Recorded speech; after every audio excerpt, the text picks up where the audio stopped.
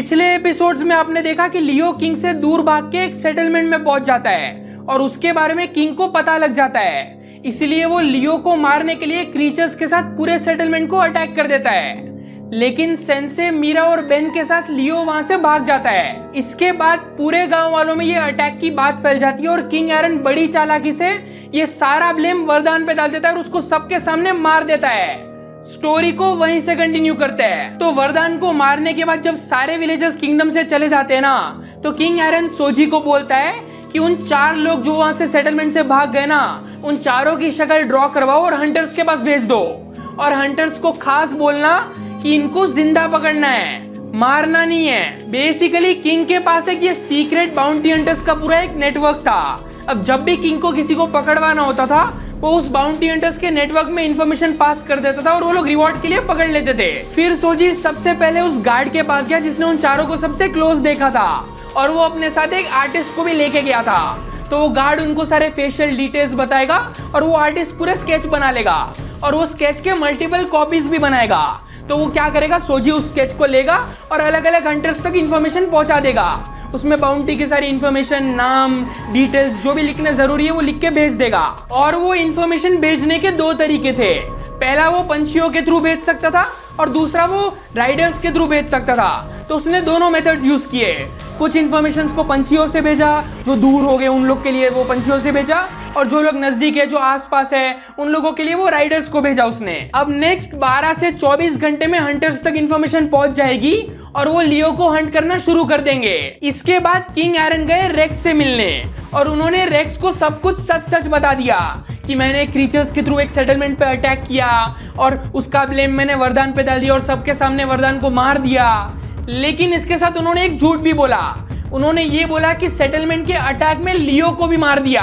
ये सब सुन के रेक्स ना पूरी तरीके से नम भी हो गया, क्योंकि अब वरदान को मार दिया और उसको इसने ये बताया कि लियो भी मर गया है। तो वो सोच रहा है वरदान भी गया, लियो भी गया, तो मेरा रहने का पॉइंट क्या है, मतलब मैं क्यों जी रहा हूं। अब वो ये सब सोचने लगा कि इस दुनिया में सिर्फ ईविल ही जीतता है।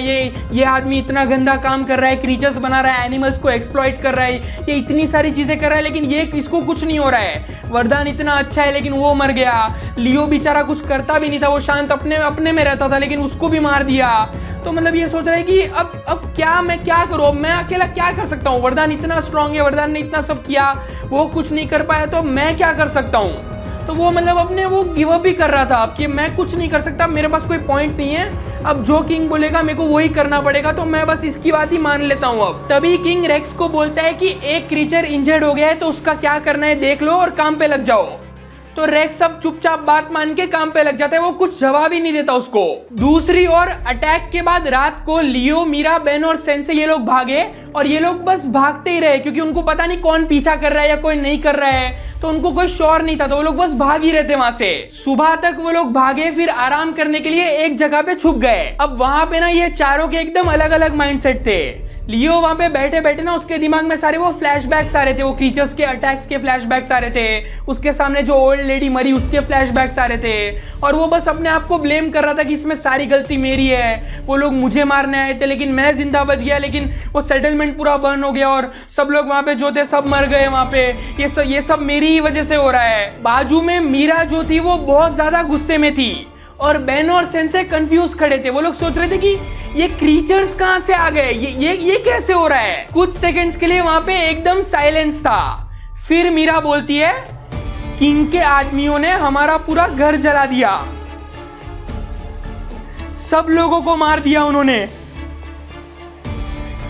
फिर वो लियो की तरफ देखती है और बोलती है, ये सब तुम्हारी वजह से हो रहा है। साइड से बेन बोलता है, सही कह रही हो तुम, मैंने वहां पे गार्ड्स को बात करते सुना था, वो लोग लियो को पकड़ने आए थे, लियो को मारने आए थे, पर पता नहीं क्यों उन्होंने सबको मार दिया।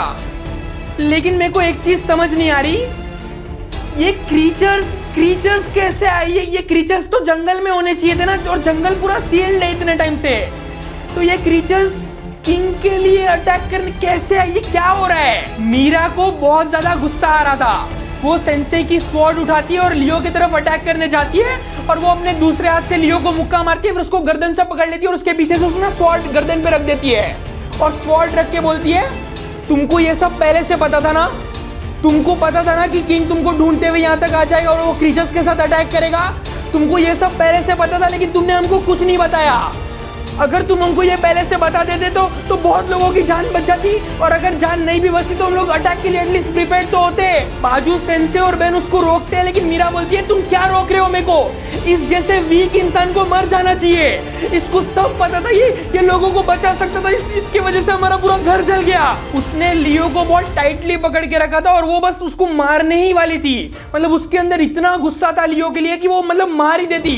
वो बोल रही है हमको अपना घर छोड़ के भागना पड़ा, वो ये सब डरपोक, इस डरपोक की वजह से हुआ है। वो इसमें खुद तो लड़ने की ताकत है नहीं, इसलिए भाग के यहाँ पे आ गया। साइड से सेंसे बोलते हैं कि सब तुम्हारी तरह स्ट्रांग नहीं होते मीरा, और सबका दिमाग बेन जितना शार्प भी नहीं होता है। तो उसका मतलब ये नहीं है कि उसको जीने का कोई हक नहीं है। साइड से बेन बोलता है एक बार इसकी पूरी बात सुन लो, और सेंसे बोलते हैं मीरा स्वॉर्ड मेरे को दो।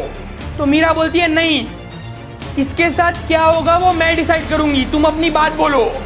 अगर मुझे ठीक लगेगा तो ठीक, अगर नहीं लगेगा तो मैं तुम्हारा सर काट के खुद किंग को दे के आऊंगी। इसके बाद लियोना बहुत जोर जोर से सांस लेता है और बोलता है इसमें मेरी कोई गलती नहीं है। वो किंग बहुत ईविल आदमी है, वो किंग सबसे ईविल आदमी, वो किंग है। वो जंगल में ये सारे क्रीचर्स बना रहा है और वो उसका यूज करना चाहता है। मेरे को नहीं पता पूरी बात क्या है, लेकिन वो इसलिए मेरे पीछे पड़ा है क्योंकि मेरे को इस क्रीचर्स का सीक्रेट पता था। वो मेरे को मारना चाहता है। मेरे को मारने ही वाला था, लेकिन वरदान की वजह से मैं भाग के यहाँ पे आ गया।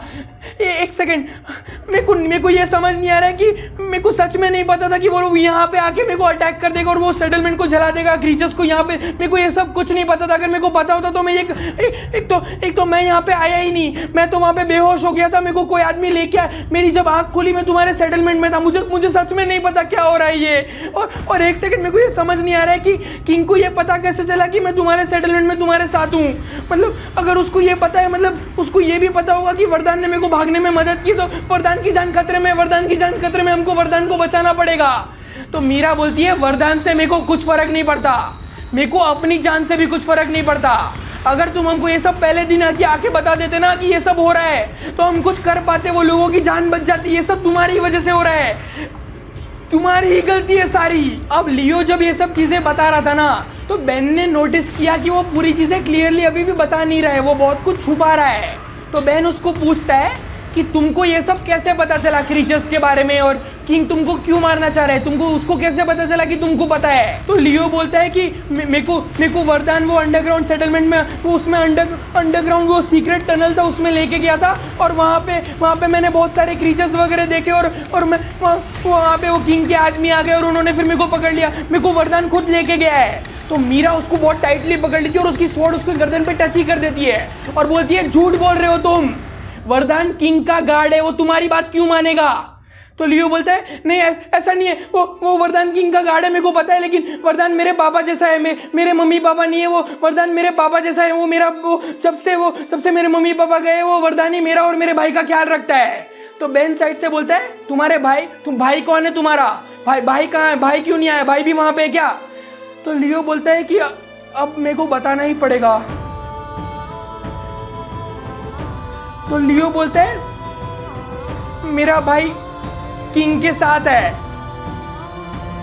तो ये लोग बोलते हैं देखा मैंने बोला था ना, ये इसके वजह से ही हो रहा है सब कुछ। तो लियो बोलता है नहीं हमारी कोई गलती नहीं है इसमें, वो किंग ने ही धोखा दिया, और वो किंग ने मेरे मम्मी को मार दिया। किंग की वजह से ही हो रहा है सब, ये किंग ही ईविल आदमी है। उसने पहले मेरे मम्मी को मार दिया और फिर उसने मेरे पापा से पूरा एक क्रीचर्स बनवाए।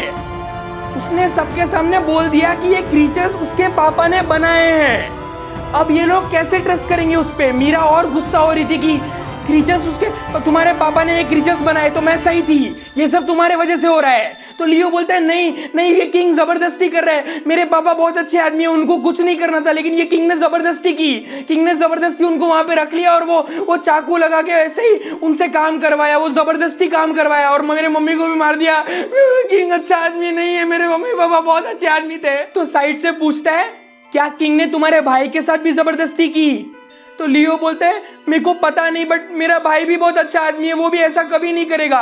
मैं मेरे भाई से बात करूं उससे पहले ही किंग के आदमियों ने मुझे पकड़ लिया, तो मैं उसको कुछ पूछ ही नहीं पाया। फिर साइड से सेंसे बोलते हैं कि अभी ये सब बातों का कोई पॉइंट नहीं है, अभी वो लोग सब हमारे पीछे पड़े हैं, तो मीरा ये स्वॉर्ड को नीचे रखो, ये सब की जरूरत नहीं है, स्वॉर्ड को नीचे रखो। फिर बेन साइड से बोलता है हाँ सही कह रहे हो, अब क्रीचर्स का सीक्रेट हमको भी पता चल गया, हमने कल रात को लाइव देखा है क्रीचर्स को, तो किंग अब हमारे भी पीछे पड़ेगा, हमको यहाँ से जल्दी निकलना चाहिए। फिर मीरा स्वॉर्ड को नीचे फेंकती है, लियो को धक्का देती है और बोलती है जिसकी फैमिली ने ऐसे क्रीचर्स बनाने में मदद की है, ऐसे इंसान को मैं नहीं बचाने वाली, तुम ही बचाओ, मुझे अटैक के टाइम ही इसको मरने देना चाहिए था।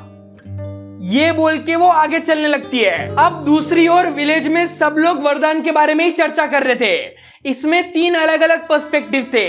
कुछ लोगों को लग रहा था कि वरदान ट्रेटर है और वरदान पलट चुका है, वरदान मतलब जो किंग ने जो पूरा मास्टर प्लान किया था, बहुत लोग उसकी बात पे आ गए थे। लेकिन कुछ विलेजर्स ऐसे भी थे जिनको अभी भी डाउट था कि शायद नहीं यार वरदान अच्छा इंसान है, वरदान क्यों करेगा ऐसा, लेकिन सारे सबूत वरदान के खिलाफ है तो शायद वरदान ने किया होगा, तो वो लोग डाउटफुल थे। फिर एक और कैटेगरी थी जो लोग सोचते थे कि वरदान ऐसा कर ही नहीं सकता, वरदान बहुत अच्छा इंसान है, लेकिन वो लोग ना जोर से कुछ बोल नहीं रहे थे क्योंकि किंग के अगेंस्ट किसी को नहीं जाना था। अगर वरदान सही है तो वो लोग किंग के अगेंस्ट जा रहे हैं, अगर वरदान सही नहीं है तो भी किंग उनको पनिश करेगा ही, तो दोनों साइड से उनका ही लॉस है, तो वो लोग चुपचाप ही बैठे थे। लेकिन इसमें 2 लोग थे जिनको सच जानने में इंटरेस्ट था। एक का नाम था मैक्स और दूसरे का नाम था टोबी। अब मैक्स को सच जानने में इसलिए इंटरेस्ट था क्योंकि बहुत साल पहले उसके पापा जंगल में गए थे लेकिन वो कभी वापस नहीं आए, तो उसके अंदर वो ट्रॉमा ना बस चुका है। तो उसको अब जब पता चला कि शायद ये किंग का षड्यंत्र हो सकता है, किंग अंदर क्रीचर्स बना रहा है, तो उसको जाके खुद चेक करना था कि अगर ये सच है तो इसको कुछ करना पड़ेगा, एक्सपोज करना पड़ेगा। अगर वरदान सही बोल रहा है, क्योंकि इसको वरदान पे भी ट्रस्ट था क्योंकि उसके पापा जब थे तो वरदान से दोस्त वगैरह थे, तो इसको लग रहा था कि वरदान ऐसे गलत तो नहीं बोलेगा, अगर वरदान बोल रहा है तो ये सही बोल रहा होगा। और इसके साथ जो इसका दोस्त था टोबी, वो भी बिलीव करता था वरदान पे, लेकिन वो थोड़ा इतना वो नहीं था कि जाके चेक ही करना है, लेकिन ये उसको फिर भी फोर्स कर रहा था। मैक्स टोबी को फोर्स कर रहा था कि नहीं जाके चेक करते एक बार। मैक्स उसको बोलता है कि मैं अकेले जाऊंगा तो मुझे पता नहीं कि मैं सर्वाइव करूंगा या नहीं करूंगा, लेकिन अगर हम साथ में जाएंगे तो हम शायद सर्वाइव कर पाएंगे। फिर मैक्स बोलता है कि अगर कोई क्रीचर है, मान ले 1-2 क्रीचर है, 3-4 क्रीचर है, तो अगर हो पाया तो हम एक क्रीचर को पकड़ के यहाँ पे लेके आएंगे।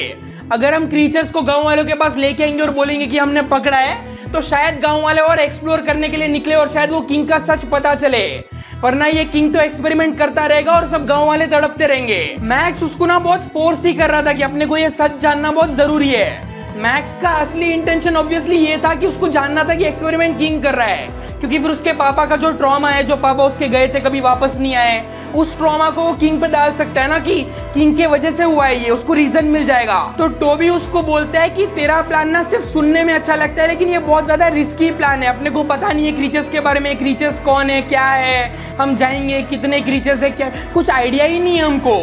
तो मैक्स बोलता है कि हाँ मेरे को पता है, लेकिन देख हम दोनों हंटिंग वगैरह तो करते ही, हम लोगों ने बहुत सारे जानवरों को पकड़ा है, तो ये क्रीचर्स भी पता नहीं क्या है, बट बहुत लोगों ने बोला है कि ये जानवर जैसे ही है, तो हम ट्राई करते ना जाके एक बार पता तो चले क्या है, और क्या पता एक आध क्रीचर को अगर हम पकड़ के लेके आए तो हमारा फायदा भी हो, हम गांव वालों को बता सके, सच बता सके।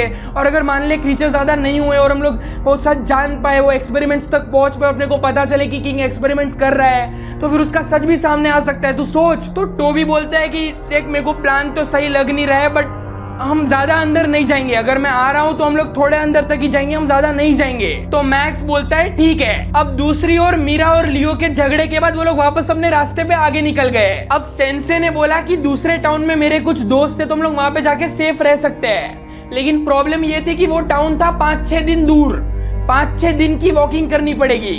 अब 5-6 दिन की वॉकिंग में खाना पीना वो सब भी ढूंढना पड़ेगा। उसके लिए भी सेंसे ने बोला कि मेरे को यहाँ के रूट्स वगैरह पता है, तो मुझे पता है कहाँ पे पानी मिलेगा, कहाँ पे खाना मिलेगा।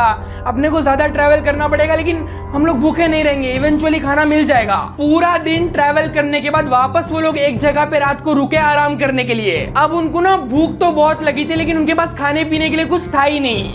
तो सेंसे ने उनको बोला कि अभी कुछ कर नहीं सकते, तुम लोग 3-4 घंटे सो जाओ, उसके बाद अपने को और 2-3 घंटे ट्रैवल करना है, फिर वहां पे एक पानी का सोर्स है, तो वहाँ पे पानी भी पी सकेंगे हम लोग, फिर वहाँ पे मछली पकड़ के खा भी सकेंगे, कुछ ना कुछ हो जाएगा वहाँ पे मैनेज। तो सेंसे की बात मान के तीनों सो गए, लेकिन 2 घंटे बाद लियो की नींद अचानक से खुल जाती है और वो हाफने लगता है, क्योंकि उसको सारे वो अटैक के और क्रीचर्स के नाइटमेयर्स आ रहे थे, उसको पीटीएसडी हो रहा था। वो उठता है और उसको ना गिल्ट होने लगता है कि शायद मीरा जो बोल रही है वो सही बोल रही है, ये सब मेरी गलती है, सब मेरे वजह से हो रहा है, अब मैं क्या करूं इसमें, मतलब मैं वो मेरे को वीक बोल रही है, लेकिन मैं हूँ वीक तो मैं क्या करूं, मतलब मैं नहीं हूँ स्ट्रांग तो मैं नहीं हूँ, मतलब मेरे से नहीं हो पाता है, मैं नहीं लड़ पाता हूँ, तो उसमें मेरी क्या गलती है। उसके दिमाग में ये सारे थॉट्स चल रहे थे। फिर वो साइड में देखता है कि सेंसे वहां पे बैठे थे, वो मेडिटेशन वाले पोज में बैठे थे वहां पे, और उनकी आंख खुली थी और वो आसपास देख रहे थे, वो निगरानी रख रहे थे वहां पे, क्योंकि अगर सब सो गए तो कोई रात को अटैक भी कर सकता है, तो वो जाग रहे थे सबके लिए। फिर लियो खड़ा होके सेंसे के पास जाता है और उनको सब कुछ बताता है कि मेरे को नींद नहीं आ रही है, नाइटमेयर्स आ रहे हैं, मेरे दिमाग में ये गिल्ट है, मेरे को ये सारी चीजें फील हो रही है, वो सारी चीजें बताता है उनको। फिर सेंसे उसको बोलते हैं कि मैंने तुमको दिन में कुछ बोला नहीं, लेकिन मीरा की बात बिल्कुल सही है, तुम डरपोक हो, वहां पे तुमको चाहिए था कि वरदान तुमको प्रोटेक्ट करे, अब यहाँ पे तुमको चाहिए कि हम लोग तुमको प्रोटेक्ट करें, अपने लिए लड़ना कब सीखोगे। तो लियो बोलता है कि मुझे किंग के सीक्रेट्स पता चल गए, उसमें मेरी क्या गलती। फिर सेंसे 2 सेकंड के लिए लियो को घूर के देखते हैं और बोलते हैं उसने तुम्हारे मॉम को मार दिया, उसने तुम्हारे डैड से जबरदस्ती क्रीचर्स बनवाए, उसने तुम्हारे डैड से तुमको दूर रखा, अब वो तुम्हारे भाई के साथ भी सेम कर रहा है, और तुमको कितने रीजन चाहिए अपने लिए खड़ा होने। लियो बोलता है लेकिन मेरे को नहीं आता लड़ते, मैं क्या करूं, मुझे नहीं आता तो नहीं आता। सेंसे बोलते हैं किसी को नहीं आता है, तुमको क्या लगता है मीरा पैदा होते ही लड़ने लगी थी, उल्टा वो तो लड़की है, लड़कियों को कोई लड़ने देता भी नहीं है, फिर भी वो लड़ रही है। उसका एक रीजन है, जब मीरा और बहन छोटे थे तब बैटल में उसके पेरेंट्स मर गए उसकी आंखों के सामने, उसके बाद से वो दोनों ने अपनी लाइफ खुद बनाई है, किसी पे डिपेंड नहीं हुए। वो दिन में जो मीरा तुमको बोल रही थी ना कि हमारा घर जल गया, सब लोग मर गए, ये उसने लाइफ में दूसरी बार देखा है। स्ट्रॉन्ग कोई होता नहीं है, हालात तुमको स्ट्रॉन्ग बनाते हैं। अब जाओ और सो जाओ, 2 घंटे में हमको निकलना है। लियो पलटता है और चुपचाप सोने चला जाता है। उसी रात को मैक्स और टोबी डिसाइड करते हैं कि जंगल में जाने से पहले एक बार पूरी प्लानिंग कर लेते हैं, एक बार जंगल के बाहर जाके ना निगरानी रखते हैं, देखते हैं कि वहां पे गार्ड्स की सिचुएशन क्या है, जंगल में जाना है तो कैसे जाना है, क्योंकि अगर किसी गार्ड ने देख लिया, पकड़ लिया तो बहुत प्रॉब्लम हो जाएगी। एक बार प्लान बना लेते हैं, सारी सिचुएशन को समझ लेते हैं। तो वो लोग ने क्या किया, वो लोग जंगल के वहां जहाँ पे फेंस वगैरह थी ना, वहां पे एक जगह पे दूर जाके छुप गए और वो लोग निगरानी रखने लगे। और उसमें वो लोग नोटिस करते हैं कि किंग ने ना जंगल की सिक्योरिटी और बढ़ा दी है, उनको वहां पे ज्यादा गार्ड्स दिख रहे थे, कुछ गार्ड्स वहां पे हमेशा खड़े रहते थे, कुछ गार्ड्स वहां पे वॉक कर रहे थे left to right, right to left, और मतलब बहुत सारे गार्ड्स दिख रहे थे। तो सिक्योरिटी किंग ने अभी बढ़ाई है। तो मैक्स को और डाउट होने लगा कि अभी क्यों बढ़ाई। जैसे ही वरदान ने अनाउंस किया कि किंग जंगल में क्रीचर्स बना रहा है, उसी टाइम पे इसने सिक्योरिटी बढ़ा दी। तो दाल में पक्का कुछ काला है, अपने को जाके देखना ही होगा। तो पूरी रात वो लोग वहाँ पे निगरानी रखते हैं, लेकिन उनको उतना कुछ खास वहाँ पे मिलता है नहीं। अब दूसरी ओर अगले दिन जल्दी सुबह उठ के वो लोग वापस ट्रैवल करने के लिए निकल गए, और अब वो लोग बहुत डेस्परेट थे कोई वाटर सोर्स तक पहुंचने के लिए, क्योंकि अब 24 घंटे से ज्यादा हो गए, उन लोगों ने ना खाना खाया है ना पानी पिया है। अब 1-2 घंटे भूखे प्यासे ट्रैवल करने के बाद वो लोग फाइनली वाटर सोर्स तक पहुंचते हैं, और वहां पे पहुंच के वो लोग सबसे पहले सीधा जाके पानी पीने लगते हैं। पानी पीने के बाद सेंसे जाके वहां पे साइड में बैठ जाते हैं, क्योंकि वो रात को सोए ही नहीं थे, और लियो जाके उनके पास बैठ जाता है।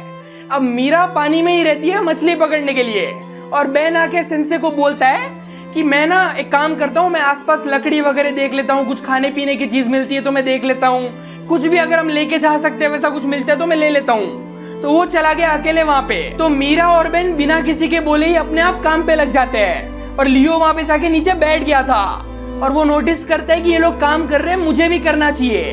तो वो जाता है मीरा के साथ मछली पकड़ने के लिए, लेकिन मीरा उसको बिल्कुल भाव नहीं देती, वो अपना काम करती है, क्योंकि वो अभी भी गुस्से में थी। कुछ टाइम बाद बेन आता है अपने साथ लकड़ियां लेके, कुछ खाने की चीजें लेके, जैसे बेरीज लेके आता है, कुछ एडिबल हर्ब्स लेके आता है, मतलब पत्ते वगैरह जो खा सकते हैं, वैसी सारी चीजें वो लेके आता है, और उसके साथ साथ एक डैगर लेके आता है, चाकू।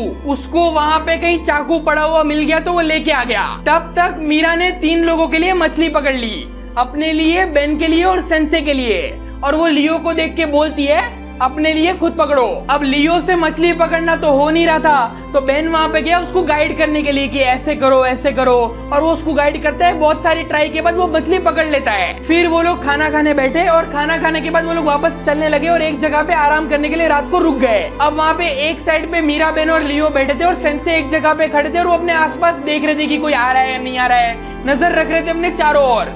मीरा वहां से खड़ी होती है और सेंसे के पास जाती है और सेंसे को बोलती है ट्रेनिंग करते हैं। सेंसे बोलते हैं कि नहीं अभी आराम कर लो, आराम करना जरूरी है। लेकिन मीरा बोलती है नहीं, अगर कोई अटैक करने आ गया तो मेरे को प्रिपेयर्ड रहना जरूरी है। अगर मैं ट्रेनिंग नहीं करूंगी तो मैं प्रिपेयर्ड नहीं रहूंगी, तो मेरे को आप ट्रेनिंग कराओ, अभी अपनी ट्रेनिंग कंटिन्यू करते हैं। तो सेंसे बोलते हैं ठीक है। फिर वो मीरा को अपनी स्वॉर्ड देते हैं और वहां पे उनकी ट्रेनिंग चालू हो जाती है। साइड में बेन तो सो गया था, लेकिन लियो वहां पे बैठे बैठे उनकी प्रैक्टिस देख रहा था। फिर कुछ देर बाद वो खड़ा होता है, सेंसे के पास जाता है और सेंसे को बोलता है मुझे भी आप ट्रेन कर सकते हो। साइड से मीरा बोलती है कोई फायदा नहीं, अगर इस डरपोक को सिखा भी दोगे ना तो भी इसको वरदान चाहिए होगा डिफेंड करने के लिए।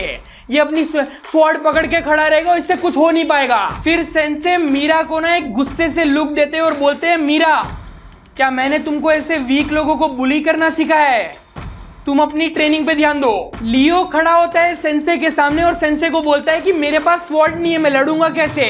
तो सेंसे बोलते हैं मीरा की बात सच है, तुमको अभी स्वॉर्ड नहीं चाहिए, तुमको भी अपने कॉन्फिडेंस पे काम करना है। फिर सेंसे लियो को धक्का देते हैं, तो लियो कंफ्यूज हो जाता है और बोलता है कि क्या हुआ? तो सेंसे बोलते हैं डिफेंड क्यों नहीं किया? तो लियो बोलता है मुझे पता ही नहीं था कि आप अटैक करने वाले हो। तो सेंसे बोलते हैं यहाँ भी बताना पड़ेगा क्या? वरदान चाहिए तुमको यहाँ पे, रेडी रहो। लियो उठता है और बोलता है हाँ अब मैं रेडी हूँ। 10 सेकेंड लियो वहां पे खड़ा रहता है, सेंसे खड़े रहते हैं लेकिन वो कुछ नहीं करते। फिर लियो बोलता है क्या हुआ? लेकिन जैसे ही वो ये बोलता है सेंसे वापस उसको धक्का देते हैं और लियो नीचे गिर जाता है। फिर सेंसे बोलते हैं हमला बोल के नहीं होने वाला जो तुम वेट करोगे, ध्यान दो, फोकस करो, पहले तो अपनी बॉडी को फर्म रखो और अपने आंख, नाक और कान खुले रखो। सेंसे लियो को थोड़ी बेसिक ट्रेनिंग देते हैं। फिर मीरा और लियो जाके सो जाते हैं और सेंसे वापस एक जगह पे जाके बैठ जाते हैं सेम मेडिटेशन वाले पोज में, और वो बस चौकन्ना रह रहे थे और नजर रख रहे थे आसपास। दूसरी ओर मैक्स और टोबी का भी कुछ नहीं चल रहा था, वो लोग बस वहां पे बैठ के नजर रख रहे थे। और उसमें उनको पता चला कि रात को 1 बजे वहां पे कोई गार्ड्स होते नहीं है। रात को 1 बजे जो पुराने गार्ड्स होते हैं वो जाते हैं और वहां पे नए गार्ड्स आते हैं, तो वो 10 मिनट का एक विंडो मिलता है उनको वहां पे अंदर जाने के लिए। तो मैक्स और टोबी डिसाइड करते हैं कि कल रात को 1 बजे जब सारे गार्ड्स चले जाएंगे उसी टाइम पे वो लोग अंदर जाएंगे। वापस चलते हैं लियो के पास। अब तीसरे दिन पे चारों वापस ट्रैवल ही कर रहे थे क्योंकि अभी उनको और 4-5 दिन का ट्रैवल कंप्लीट करना है। तो वो लोग सिर्फ खाना पीना और सोने के लिए ही रुकते थे, उसके अलावा सिर्फ ट्रैवल ही कर रहे थे। अब वो लोग ना एक रास्ते पे चल रहे थे और सामने से उनको 2 लोग आते हुए दिख रहे थे और वो दिखने में ट्रैवलर्स लग रहे थे। वो लोग बातें करते हुए आ रहे थे तो सब कुछ बहुत नॉर्मल लग रहा था। लेकिन जैसे ही वो ट्रैवलर्स इनके पास पहुंचे और इनको क्रॉस किया, उसमें से एक ट्रैवलर लियो के बाजू था, वो अपनी स्वॉर्ड निकालने जाता है और लियो पे अटैक करने के लिए जाता है। लेकिन जैसे ही वो अपनी स्वॉर्ड निकालने के लिए जाता है, सेंसे को उसके स्वॉर्ड निकालने की आवाज आ गई, तो उन्होंने बिना देखे अपने हाथ से उसके गर्दन पे वार किया और वो आदमी सीधा नीचे गिरा और बेहोश हो गया। वहां पे सेंसे ने गर्दन पे एकदम एक प्रेशर पॉइंट पे मारा जिससे वो आदमी सीधा बेहोश हो गया। अब उसको देख के उसके बाजू जो दूसरा आदमी था वो डर के भाग ही गया। ये लोग बेसिकली उस हंटर्स के ग्रुप में थे। इसका मतलब सारे हंटर्स तक अब बात पहुंच चुकी है और उनका हंट शुरू हो चुका है। अब उस आदमी के हाथ में जो स्वॉर्ड थी वो नीचे गिर गई थी, वो मीरा ने उठा ली। उत्साह है उसको लड़ने का। अब 2 हंटर्स के साथ फाइट करने के बाद वो लोग थोड़ा फास्ट चलने लगे और चौकन्ना रहने लगे। इसमें 2-3 घंटे बाद वो लोग एक रास्ते पे चल रहे थे। वहां पे सेंसे को आसपास से कुछ आवाज आने लगती है और वो सबको धीमी आवाज में बोलते हैं आसपास कोई है। मीरा जैसे ही ये सुनती है वो अपनी स्वॉर्ड निकालने जाती है, लेकिन सेंसे उसको रोक देते कि नहीं, कितने लोग हैं पता नहीं और अलग अलग जगह से आवाज आ रही है, फाइट में उनके पास एडवांटेज है, अभी आगे भागो। 4-5 स्टेप ये लोग चलते हुए जाते हैं लेकिन फिर तेजी से भागने लगते हैं। तो उनको भागता देख के जो लोग छुपे थे वो लोग बाहर आ जाते हैं और वो लोग 3 लोग थे। तीनों के हाथ में एक स्वॉर्ड थी। अब ये 3 लोग अटैक करने के लिए उनको चेस करते हैं, लेकिन वो लोग भी स्मार्ट प्ले करते हैं। बचने के लिए वो लोग रास्ते से हट के फॉरेस्ट में चले जाते हैं, लेकिन इन लोग की भी नजर पड़ जाती है कि वो लोग फॉरेस्ट में जा रहे हैं, तो वो लोग फॉरेस्ट में भी चेस करने पीछे भागते हैं। अब 10-15 मिनट तक इनका चेस चल रहा था। सबसे आगे सेंसे और मीरा भाग रहे थे, लियो और बेन थोड़ा पीछे थे क्योंकि उनका स्टेमिना कम था और उन लोगों ने उतना खाना भी नहीं खाया था तो एनर्जी भी कम थी। जैसे तैसे वो लोग भाग रहे थे, लेकिन एक पॉइंट पे जाके बेन का पांव पत्थर से टकराया और बेन नीचे गिर गया। अब लियो ना थोड़ा आगे निकल जाता है, लेकिन वो पलट के देखता है कि बेन नीचे गिरा पड़ा है। तो वो पलट के वापस बेन के पास जाता है और बेन को बोलता है कि क्या कर रहे हैं, अपने को भागना पड़ेगा, वो लोग आ रहे हैं। तो उसको उठाने की ट्राई करते हैं, लेकिन वो अपना पाँव पकड़ लेता है और बोलता है कि नहीं, मैं नहीं भाग पाऊंगा, तुम लोग जाओ, तुम लोग जाओ, मैं नहीं भाग पाऊंगा, वो लोग आ रहे हैं, तुम लोग जाओ, जल्दी भागो यहाँ से, जल्दी भागो। लेकिन लियो बोलते है भागो क्या भागो। वो चिल्ला के मीरा और सेंसे को बुलाता है और वो लोग पलट के देखते हैं। मीरा जल्दी से देखती है कि बेन नीचे गिरा पड़ा है, तो वो सीधा अपनी स्वॉर्ड निकालती है और वो बेन के पास भाग के जाती है। वो ना सेंसे को पूछती है, वो कुछ सोचती भी नहीं है, वो सीधा भाग के बेन के पास जाती है प्रोटेक्ट करने के लिए। अब ये देख के सेंसे भी बोलते हैं कि मेरे को भी जाना पड़ेगा, तो वो भी स्वॉर्ड निकालते हैं और वो भी जाते हैं प्रोटेक्ट करने के लिए। अब बेन के पाँव में बहुत दर्द हो रहा था, तो वो वहाँ नीचे ही बैठा था और लियो उसके पास बैठा था और मीरा और सेंसे उनके सामने खड़े थे, क्योंकि वो लोग आएंगे भी अटैक करें तो वहां पे फाइट करनी पड़ेगी। इतने में वो तीनों हंटर भाग के उनके सामने आ जाते हैं और उनमें से एक हंटर बोलता है, देखो लड़ने की कोई जरूरत नहीं है, अगर हम तुमको जिंदा लेके जाएंगे तो भी हमको रिवॉर्ड मिलेगा, तो तुम्हारी भलाई इसी में है कि तुम चुपचाप हमारे साथ चलो। लेकिन मीरा और सेंसे दोनों अग्री नहीं करते और वहां पे फाइट शुरू हो जाती है। इसमें सेंसे दो लोगों के साथ फाइट कर रहे थे एक ही टाइम पे और वो पूरा डिफेंसिव मोड में थे। सामने वाले अटैक कर रहे थे और वो लोग सिर्फ अटैक्स को ब्लॉक करते और डॉज कर रहे थे। और दूसरी साइड पे एक हंटर और मीरा का 1-on-1 चल रहा था और मीरा और उस हंटर की फाइट ना बहुत बैलेंस चल रही थी। मतलब मीरा अटैक भी कर रही थी, डिफेंड भी कर रही थी और बहुत उनका फाइट बहुत 1-on-1 चल रहा था प्रॉपर। इसमें एक पॉइंट आया जब सामने वाले ने मीरा को लात मारी और मीरा थोड़ा दूर जाके गिरती है और जब वो गिर रही थी लियो उठ के उसको रोक देता है गिरने से और उसको सब पकड़ता है।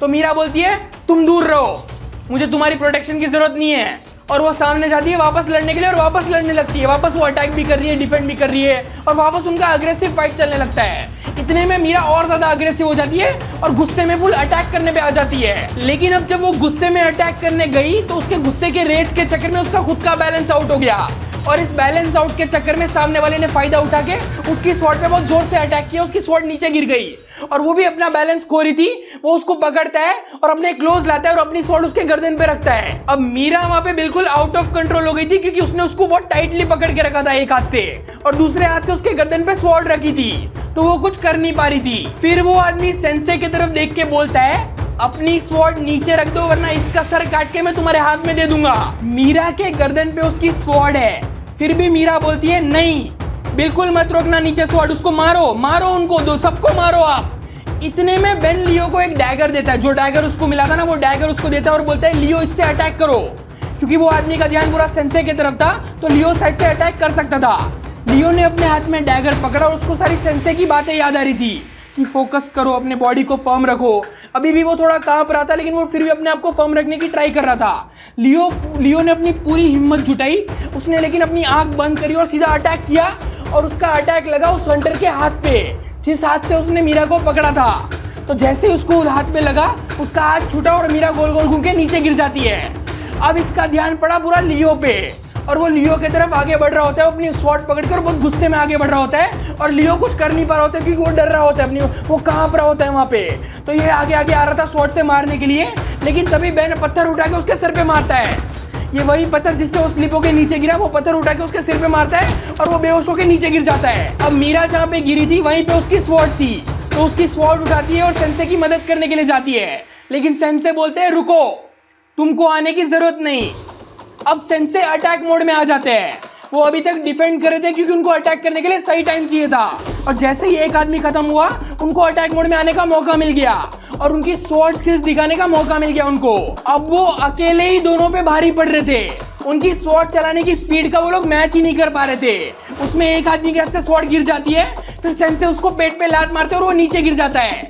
अब जो लास्ट आदमी बचा था वो ये मौके का फायदा देख के सेंसे की जगह मीरा पे अटैक करने जाता है, लेकिन जैसे ही वो अटैक करने के लिए अपनी स्वॉर्ड आगे करता है सेंसे साइड से मारते और उसकी स्वॉर्ड आधे में बच जाती है। अब इसके पहले जो आदमी गिर गया था वो ये देख के भाग जाता है और जिसकी स्वॉर्ड टूट गई थी वो शॉक हो जाता है और अब सेंसे उसको मारते नहीं है, वो उसको भागने का मौका देते हैं, लेकिन मीरा उस पर अटैक करने के लिए अग्रेसिवली चढ़ जाती है और उसकी स्वॉर्ड उसके गर्दन पे रखती है, लेकिन सेंसे बोलते हैं रुको।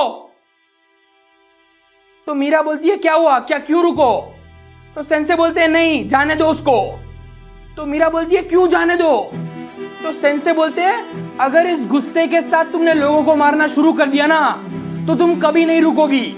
जाने दो उसको। मीरा को गुस्सा आ रहा था लेकिन वो फिर भी उसको जाने देती है। 2 हंटर भाग गए, एक वहां पे अभी भी बेहोश पड़ा है।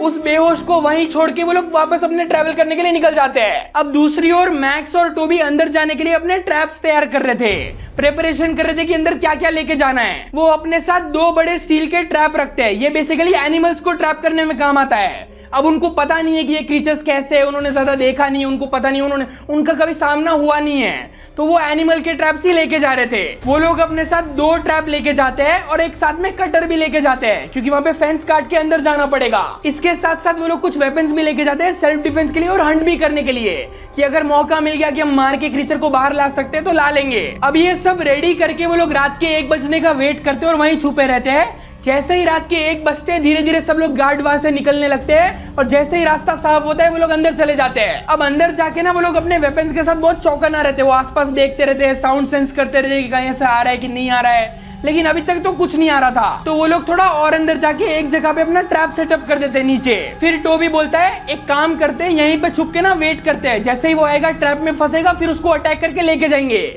तो मैक्स बोलता है कि नहीं, थोड़ा और अंदर जाते हैं, अभी अपने को पता लगाना है ना कि किंग एक्सपेरिमेंट कर रहा है या नहीं कर रहा है। अगर यहीं रहेंगे तो क्या पता आए ही ना क्रीचर, क्योंकि अभी कोई आवाज नहीं आ रही है। तो मैक्स बोलता है कि थोड़ा और अंदर जाते हैं। तो टोबी बोलता है यार मैंने पहले ही बोला था और ज्यादा अंदर नहीं जाना है। तो मैक्स बोल रहा है नहीं अभी कोई आवाज ही नहीं आ रही है, अभी तो कोई है ही नहीं यहाँ पे और ज्यादा अंदर जाना पड़ेगा, अभी से बाहर नहीं आते वो।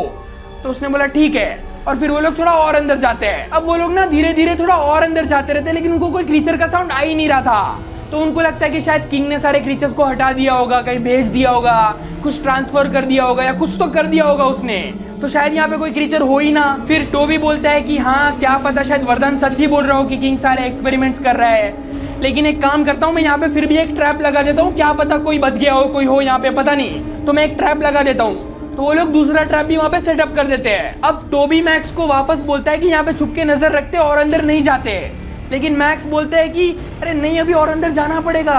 अभी देख, अभी हमने बात की ना कि क्रीचर्स यहाँ पे नहीं है, अगर क्रीचर्स यहाँ से हटा दिए तो आगे कुछ तो होगा ना वहाँ पे जहाँ पे वो लोग एक्सपेरिमेंट कर रहे होंगे, तो अगर वो पता चल जाए तो हम लोग बाहर जाके सबको बता सकते हैं कि एक्चुअल में क्या है, किंग का सच सबके सामने हम ला सकते हैं। और मैक्स टोबी को ये भी बोलता है कि हम इतना अंदर आ चुके हैं लेकिन अभी तक कोई क्रीचर का साउंड आ ही नहीं रहा है, तो सच में क्रीचर होंगे ही नहीं, अपने को बस पता करना है कि कोई एक्सपेरिमेंट हो रहे थे या नहीं हो रहे थे। तो टोबी बोलता है ठीक है और थोड़ा ही अंदर जाएंगे, ज्यादा नहीं, और अगर कुछ भी क्रीचर का साउंड आया तो मैं वापस भाग के आ जाऊंगा। अब जब वो लोग थोड़ा और अंदर गए ना तो उनके साथ बहुत सारी अनयूजुअल चीजें होने लगी। टोबी को सर थोड़ा भारी भारी लग रहा था और उसको बहुत वियर्ड चीजें दिखाई दे रही थी, जैसे उसको अपने रास्ते के बीच में दूर एक पेड़ दिखाई दे रहा था, लेकिन जैसे जैसे वो लोग आगे जाते थे वो पेड़ गायब हो जाता था, जैसे वो डेजर्ट में मिराज होता है ना कि पानी दिख रहा है लेकिन है नहीं, तो उसको वैसी सारी चीजें फील हो रही थी। और वो आसपास देखता था, उसको लगता था कि ये जगह मैंने पहले देखी है, ये जगह शायद देखी, हम लोग अभी यहीं से आए, पता नहीं, उसको बहुत वियर्ड एक्सपीरियंस हो रहा था। फिर वो अपने बाजू मैक्स को देखता है और जोर से चिल्लाता है क्योंकि उसको मैक्स के जगह पे पता नहीं क्रीचर दिख रहा था, तो बहुत वियर्ड चीजें, कंफ्यूजिंग चीजें हो रही थी उसके साथ। अब वो लोग थोड़ा और अंदर जाते हैं और अब मैक्स के साथ भी अजीब अजीब चीजें होती है। मैक्स को कहीं से अपने पापा की आवाज आती है, मैक्स बेटा, मैक्स बेटा, मैक्स मैं यहाँ हूँ, मैक्स मुझे बचा लो, मैक्स मैं यहाँ पे हूँ, मुझे बचा लो मैक्स। और उसके पापा की आवाज ना धीरे धीरे रोने वाली हो रही थी, जैसे कि वो मदद मांग रहे हो कि मैक्स मैं बहुत सालों से यहाँ पे फंसा हूँ, तुम मुझे बचाने आए हो ना, प्लीज बेटा मुझे बचा लो, मैं और नहीं, मेरी हालत बहुत खराब है, मैं और नहीं झेल पाऊंगा। और ये आवाज मैक्स के लिए ना एकदम एको हो रही थी कि उसको पता नहीं चल रहा था कि आवाज कहाँ से आ रही है, लेकिन उसको पता था कि आवाज आ रही है। लेकिन इंटरेस्टिंग चीज ये थी कि ये आवाज टोबी को नहीं आ रही थी। अब मैक्स भी सामने से चिल्लाने लगता है, पापा मैं आ गया, मैं बचाऊंगा तुमको, मैं आ गया, आप कहाँ पे हो, मैं आ गया, मैं बचाने आ गया। साइड में टोबी बोल रहा है, क्या बोल रहा है पापा, कौन सी आवाज, मेरे को कोई आवाज नहीं आ रही है, तुझे कौन सी आवाज आ रही है? तो ये बोल रहे हैं, क्या बोल रहे हैं, पापा की आवाज आ रही है मेरे को, पापा मेरे को हेल्प के लिए मांग रहे, मदद मांग रहे, मेरे को उनको बचाना पड़ेगा, मेरे को ढूंढना पड़ेगा कि वो कहाँ पे, वो यहीं कहीं है, वो इतने सालों से यहीं फंसे हुए हैं। फिर टोबी बोलता है, मुझे ये सब ठीक नहीं लग रहा है, अपने को यहाँ से जाना चाहिए, वापस चलते हैं यहाँ से। लेकिन मैक्स सब जिद पे आ गया कि अब तो उसको पापा की आवाज आ रही, तो वो बोल रहा है कि मैं पापा की आवाज फॉलो कर रहा हूँ, मेरे को उनको बचाना पड़ेगा। तो वो पता नहीं क्या कर रहे हैं, वो आसपास आवाज सुनने की ट्राई कर रहा है, उसको मैक्स मैक्स सुनाई दे रहा है और वो फॉलो करने की ट्राई कर रहा है। वो धीरे धीरे आगे चलते जा रहा है, जहां भी उसको आवाज आ रही है वो साइड चलते जा रहा है। अब टोबी को निकलना है, लेकिन वो सोच रहा है कि मैं उसको ऐसी हालत में छोड़ के कैसे जाऊं, तो वो भी उसके पीछे पीछे जा रहा है। लेकिन वो साथ में मैक्स को कन्विंस करने की ट्राई भी कर रहा था कि इसे सिर्फ तेरे को सुनाई दे रहा है, ये नहीं है, ये बहुत अजीब अजीब चीजें हो रही है यहाँ पे, मुझे नहीं सुना, कोई नहीं है, तू चल यहाँ से निकलते हैं। लेकिन वो मान ही नहीं रहा था। जैसे जैसे वो और आगे जा रहा था उसको आवाज और बढ़ती जा रही थी, जल्दी आ जाओ बेटा, इतने सालों से मैं तुम्हारा इंतजार कर रहा हूँ, मुझे यहाँ से ले जाओ, मैं तुम्हारे साथ रहना, मुझे छोड़ के मत जाना, मुझे छोड़ के मत जाना, प्लीज मुझे यहाँ से ले जाओ। ये आवाजें सिर्फ मैक्स को ही सुनाई दे रही थी, टोबी को कुछ सुनाई नहीं दे रहा था इसमें से। लेकिन टोबी को भी साइड में ना अलग अलग चीजें, वियर्ड चीजें फील हो रही थी। जैसे उसको लग रहा था कि ये पेड़ हिल रहे हैं, बहुत हवा आ रही है, लेकिन उसको हवा उसके स्किन पे फील नहीं हो रही थी, खाली दिख रही थी। अब मैक्स ना धीरे धीरे और अंदर जाता है और जैसे जैसे वो अंदर जाता है उसको एक जगह पे उसके पापा खड़े हुए दिखते हैं, बहुत बुरी हालत में, जमीन पे पड़े थे वो, और वो मैक्स को अपने पास बुला रहे थे। मैक्स भाग के उनके पास जाता है, उनको गले लगा लेता है। पापा आप इतने सालों से यहाँ पे हो, अगर मुझे पहले पता होता तो मैं पहले ही आ जाता।